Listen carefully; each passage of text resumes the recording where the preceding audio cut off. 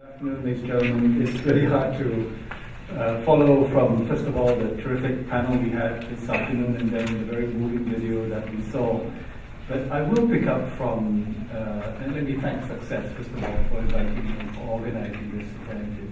It's a real landmark, and kudos to S.U.C.C.E.S.S for taking this initiative. I will pick up on the video that we just saw and make a comment which some of you may have been thinking, I certainly was thinking. I was so moved, of course, by all of these stories, but at some point I asked myself, why are we surprised? Why are we surprised that immigrants are successful in the various ways that they have been successful? And why do we sometimes, not this audience, but why does mainstream society sometimes put the kind of pressure or the onus on immigrants, or let's call them newcomers, to be more successful than non-newcomers? Why is that unusual kind of pressure placed on them when in fact immigrants come to this country, immigrants go to any country facing obstacles that people who are already settled in those countries do not face? The iron rule of immigration is that you're doing it to sacrifice. It's true, even if you're a wealthy immigrant, you're doing it because you're going to forego some kind of comfort, I guess, and familiarity of your native country to go to a different place. And the further north you are, if you come from a metropolitan country, the further north, the more difficult it is. You're going to face some kind of difficulty that will make it more difficult for you to succeed than for so-called native born. Which is why I think I want to introduce a number of ideas for the subsequent conversation and for the 101 days that we're entering that might help us rethink the whole immigration debate. And the first idea I want to introduce is that we should really try to avoid this idea of the newcomer narrative, the newcomer versus the, let's call it the old stock. You know, that's a term that's used by some people. And we should really be careful to not place unreasonable burdens on the success of newcomers that are used as metrics for their ability to succeed in this country. I'm an economist, and it's an instinct of economists to try and measure the number of years it takes for immigrants to attain average incomes that are the level of the incomes of the population at large. And the more years it takes, the worse immigration policy is. That's just a simple-minded approach to measuring immigration. But why should we expect that immigrants will be able to catch up with local born quickly? They face so many more obstacles. What we instead should be doing is taking a multi-generational view of immigration, where, as we all know, many of the problems, if you call them problems, that are faced by first-generation immigrants, these are problems both that directly affect the immigrants, whether it's employment or income or discrimination, or other kinds of problems that society imposes or society perceives from the immigrants, language use, you know, the way people behave in this, that, or the other, the way they treat their houses or their lawns or whatever. Many of these issues go away with subsequent generations. And so it's really important, my first point, really important that we avoid stereotypical newcomer, old stock kinds of dichotomies when we think about immigration. But even if we were to think of newcomers as a category, my second point is that Asian immigration, which is, of course, as you all know, the dominant form of immigration that we've seen in this city, Asian immigration is not a newcomer phenomenon. And if anybody tells you that Asians in our city are new to the city and therefore there should be some special kind of accommodation that they make to, you know, fit in and so on and so forth, you should tell them that Asians have been here since the very creation of Vancouver. In fact, Asians, Chinese workers in particular, made Vancouver possible by building the railway. And you all know from your history books that it was the railway that enabled British Columbia to join Confederation. What you may not know is that the railway was not simply about joining the west coast of Canada with the east coast of Canada, some kind of national identity project. But the purpose of building the railway, according to Canadian Pacific, was to connect Canada to Asia. The founders of the railway were very explicit about their intention. They said, the Trans-Canada Railway is not complete until we have a bridge across to Asia. The sole intention for building the railway was to connect to Asia. And so the first Asia-Pacific gateway project, if you will, was in the 1880s. Now, I know all of this a little bit better than I used to because I'm now in the Senate, and it was, in fact, the Senate that approved the funds that made it possible for the Trans-Canada Railway to be built.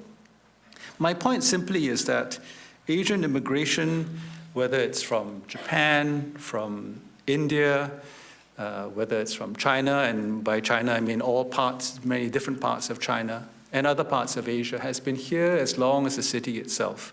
And so the newcomer narrative about Asian immigration somehow being a new phenomenon and having special requirements, more onerous requirements placed on them, I think is a false one and one that should be rejected. It is, in some senses, a second argument against the so-called old stock view of what defines Vancouver. Having said that, I would like to draw our attention to the fact that the immigration story in Vancouver over the relatively short history of our city, not even 150 years, the immigration story, while it has been marked by a number of ugly periods, and we've heard about them already, the Exclusion Act, the head tax, and the internment, and other episodes, particularly in the first half of the 20th century, the story in the second half of the century, maybe the last 30 years in particular, has been a very good one. There is no city in the world, in the Western world, that has seen as fast and as profound a demographic change as Vancouver with as little social strife. We do ourselves a disservice if we forget that or if we ignore that point. And that's something we absolutely have to build on. But what that has done, the success of our immigration experiment, the continuing success, has meant that it's attracted more and more immigrants from around the world, particularly from Asia, to the point that we're seeing a very profound demographic change in this city. As one of our speakers has pointed out, I think it was the chief, who gave us the statistic that in 2 decades, I think you said, by 2030-ish, visible minorities will become the visible majority. Mind you, StatsCan will still call us visible minorities, but we will be the visible majority. And many of the visible minority majorities, whatever we call them, will actually be from the Pacific Rim of Asian backgrounds. And so Vancouver, if it isn't already, will become the most Asian city outside of Asia. I've used this phrase many times, and it's provoked various kinds of reaction. But when I use the phrase, I don't really understand what it means, because this is a work in progress. And this is why I want to end with really some thoughts on how we begin to think about the future, and we think about discrimination and immigration and diversity and integration and so on. I would like to suggest that the challenges we face in this city are unlike the challenges faced in any other Western city in the world. We are way ahead of any city in terms of the change we've seen already, and we should be so proud that we've done it with so little strife. But the road ahead is going to be path-breaking, and there are no models for us to kind of copy. There are not many models, I don't think. We are going to chart a path for ourselves. And I think we need to have some new ways of thinking about just how we chart that path. For example, I don't think we can use the old ideas of who a newcomer is and who a settler is or who the old stock is. If you have come to this city, even if you're new, you've bought a big house in Kerrisdale, or you've got your kids in some posh school in the West Side, you're as legitimate a Canadian as somebody who came 50 years before. You're as legitimate. And the debates in this city around, well, they came recently and therefore they, should be treated somewhat differently, those are false, those are wrong. So we need to have that kind of thinking. Secondly, we need, I think, to rethink what it means to integrate. Integration is it's an innocuous term in many ways, but the the term, of course, begs the question, integrate into what? Integrate into whom? Integrate for what purpose? These are the real questions that we should ask, and perhaps in a society as young as ours, as vibrant and as rapidly changing as ours, where the status quo is always shifting, perhaps we should think less about integration in the old sense, which is a new group conforming to an existing status quo. That's kind of the usual idea of integration. We should think about advancement.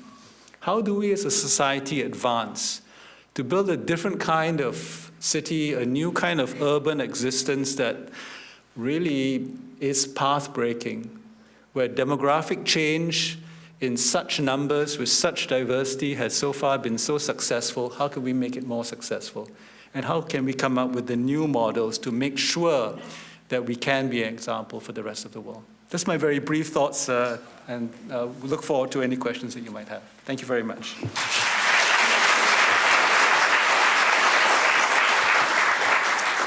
All right, thank you so much, Senator Woo. So did you want to just stay with us for 1 second? So I'm only going to have time for 2 questions. So I was thinking of actually taking them from the floor, because if you really want to ask them, you're going to put your hand up, aren't you?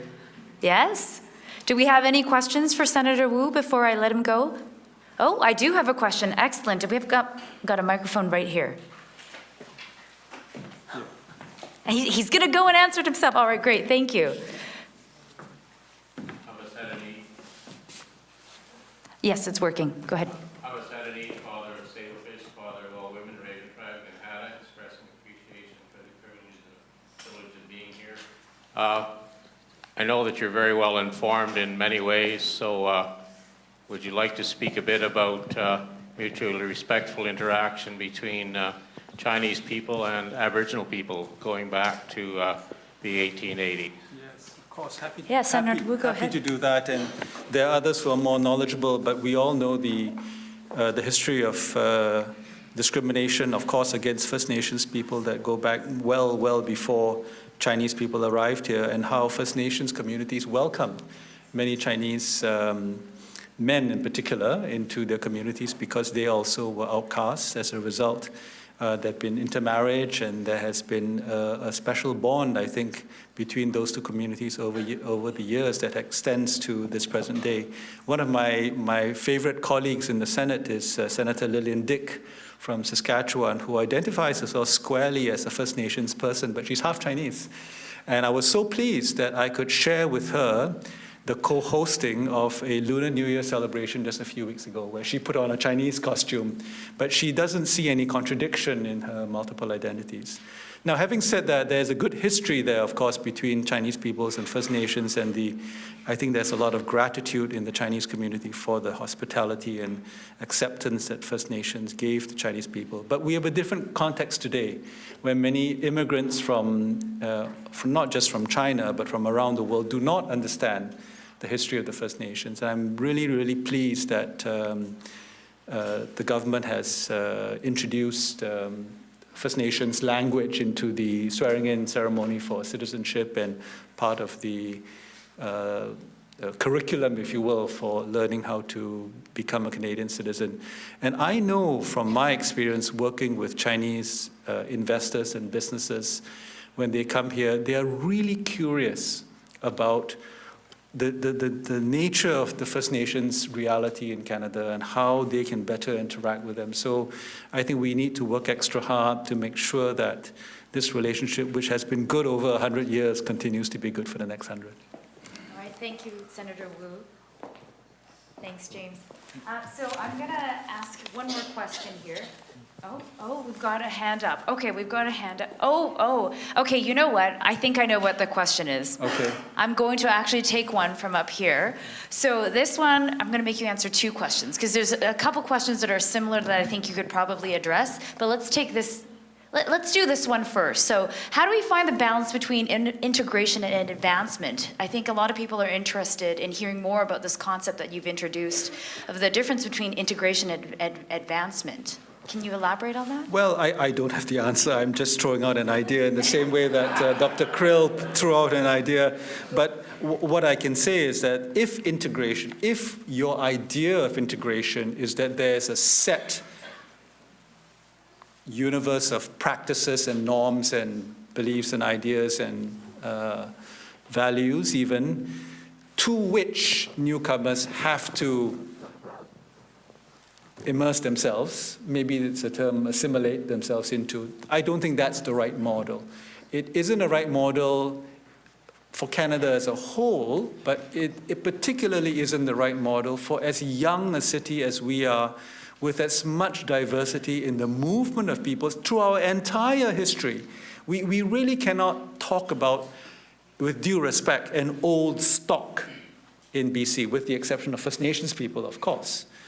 Now, maybe in New Brunswick or in Nova Scotia and Quebec and Ontario, there's kind of a community of United Empire loyalists, and maybe they came on the Mayflower, and you have some sense of a much more settled community. But this is not the case in our province. And so integration, to the extent it is about trying to fit into an established pattern that's already set in stone for the next 200 years, that's wrong.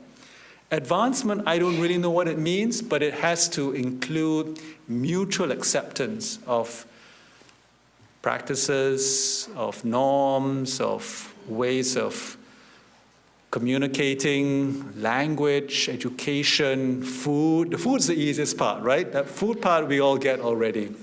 But unless we start thinking in new ways, I think we're going to enter a much more rocky period in our development. Let me just finish by saying this. A lot of people, and this is a debate that's coming up more and more in this country now, they like to set up litmus tests of how immigrants should become Canadians.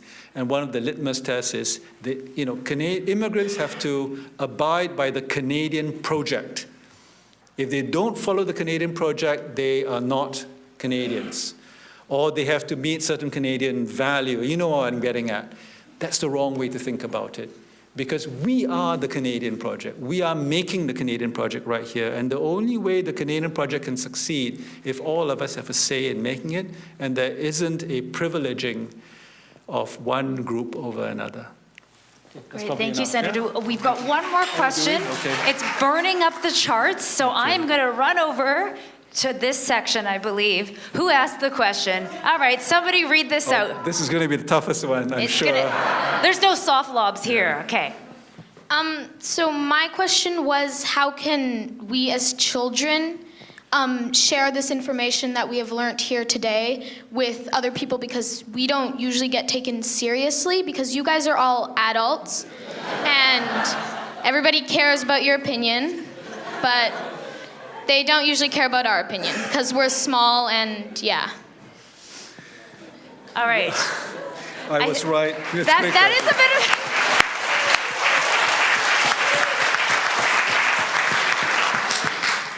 Well, this was the toughest question. I was right about that. And I'm going to say something very subversive, and don't tell my children I said that. But you're going to have to, in some senses, ignore what your adults do. You're going to have to ignore what we've done in terms of the way we, as adults, compartmentalize, put people in boxes, stereotype, and make judgments based on perhaps our lived experiences, but judgments that you don't have to come to unless you discover them yourselves. And that's particularly true when it comes to race relations or relations with any group that's different from who you are. Those of us who are of a certain age, much as we may believe in all kinds of ideas of equality and so on, we're shaped by our histories and our past, and we have prejudices, and they seep out insidiously. You haven't reached that stage yet. So use your instinct, and do obey your parents. don't get me wrong here.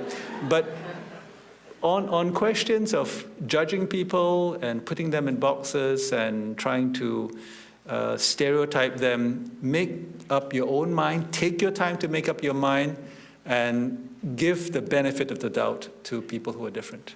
Wonderful. Thank you so much, Senator Woo.